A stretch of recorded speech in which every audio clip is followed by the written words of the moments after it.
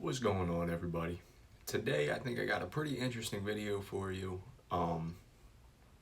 It's not a rare drug per se, but it's one that a lot of people who aren't in like those circles probably haven't heard of before.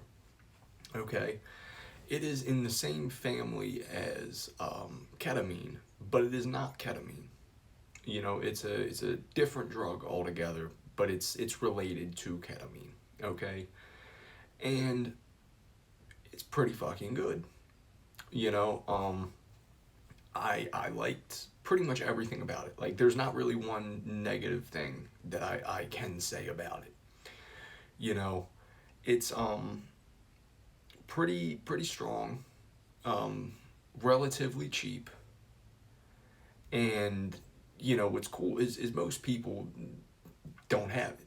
I mean, your local plug is not gonna have this shit. You have to really go out looking for it. But for me, I was in like the right circles at the time, and the opportunity came for me to get some of this stuff. So I got a couple grams of it, and it's active in like the milligram dosage. You don't have to take 2-3 grams of this shit for it to hit, right. um it comes in, well, I might as well tell you what it's called. It's called FXE. Okay, it stands for like floral ethyl etamine or some shit like that. I don't really know the full fucking name for it. There's a couple other ones that are similar, but the one that I had was FXE. But what's interesting about it is it comes in like these little crystals, okay, like these little rocks.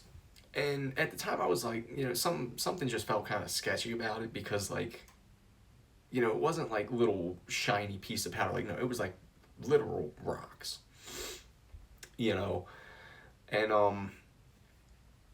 but I was like, fuck it. I already have this shit. I might as well go ahead and try. So I did a little bit of research, and I found out like the perfect dosage to start off with, and all that good stuff. But and at this point, I can't remember. It's a distant memory pretty much, and a lot of the times, when I'm telling you guys these stories, they're from a time period where a lot of stuff I just don't remember. I mean, there are probably days at a time that I don't remember. But I do remember enough of this to be able to tell you about it. And like I said, it comes in these little rocks. So if you get like a big one, you gotta crush it up, right? And there's you could, if you wanted to, you could even shoot it. That's something I never partook in. I've never put anything into my veins or muscles. So I guess that's a positive. That I never got involved with that stuff. But I crushed up the rock. I think I literally used the weight calibration little metal thing that came with my scale to crush it up. And it didn't like turn into like a fine powder, but if you worked hard enough, it got to where you needed it to be. And the first time I did it, I just got it as fine as I could, and then I put it in my nose. But as time went on and I got more comfortable with it, comfortable with eyeballing the dosage, and just experiencing the high, what I would do is I would take some, and I would snort it, and then the rest I would just literally, I'd put it in my mouth and I'd chew it up, and it almost had like a sweet bitter taste. Like it tasted almost good. I'm not gonna lie. There were times when I was chewing on it, and I was like, I kind of like how this tastes. It was not a bad flavor at all. A lot of drugs, they have a bad nasal drip, or they taste awful. Most of them do. I'm not gonna lie. This is one of the few drugs that I've done where I'm like, I kind of like how it tastes. You know, and I would chew it up and I'd let it sit under my tongue for a little bit, and then I'd take some water and I'd swallow it down. Now the effects of this, they're like I'd assume it's similar to ketamine. I imagine that's like the closest comparison that I could give to you for that. Except it seems to be easier on the mind. I got a lot of times I almost had like a opioid-esque high for my body, but I would still have, certain visuals and that, psychedelic dissociative headspace without it being negative. Because a lot of times, like, I've taken some different psychedelics and dissociatives, and it's put me in a weird headspace, where I'm not, thinking of purely good, fun thoughts. With this, I really didn't have too big of an issue with that. There were a couple times where I think I probably just took too much and it had like my mind racing a little bit.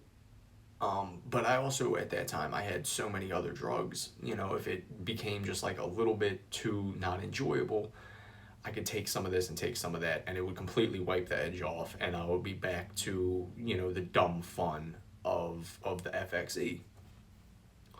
One of my like most memorable moments with it, I would definitely have to say I was it was probably like 3, 4 in the fucking morning. I was up late geeking, and what had happened is, I had done my usual. I had snorted some and then I had eaten some. And but I was eating like a lot of this shit. Like I kept like taking like a rock and then biting into it, and then I would wait a little bit and then I would do it again. So like I was fully fried, right? Like I was fucking obliterated. And I was messing around with my phone, right? And all of a sudden, like I'm looking down at it and it just looks off. I can't quite put my finger on it at first, like what the fuck is wrong with my phone? And then the more I'm like messing around with it, it's hard to type. The keyboard is all distorted and shit. But then like I just like kind of take a full view of the phone, and that shit is bent. Okay, like it, like literally, like it's in the fucking shape of a slight V. It's like a little angle. It's at a obtuse angle. You get what I'm saying? And I remember, like at first I looked at it and I was like, yo, what the fuck? And like I'm still looking at it. I'm like, no, yo, I just bent my fucking phone. So in my head, like I'm not like freaking out, but like I was sad. Okay, like I was fully depressed about this shit. Like I was sitting there, I was like, oh my god, I just bent my phone. Like I've had this phone for fucking so long. Like now I have to get a new phone. I just bent this shit. Like you've got to be fucking kidding me, right? Like I can't believe I just bent my goddamn phone.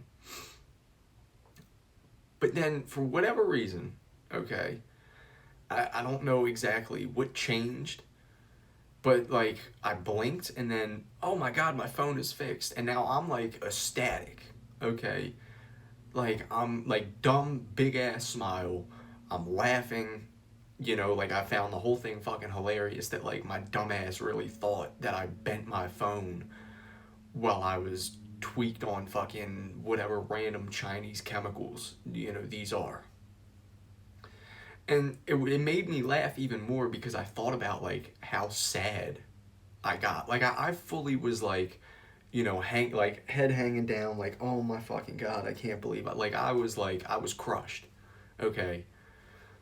And the fact that I was so sad after I realized that like I was just tweaking made me just start dying laughing even more.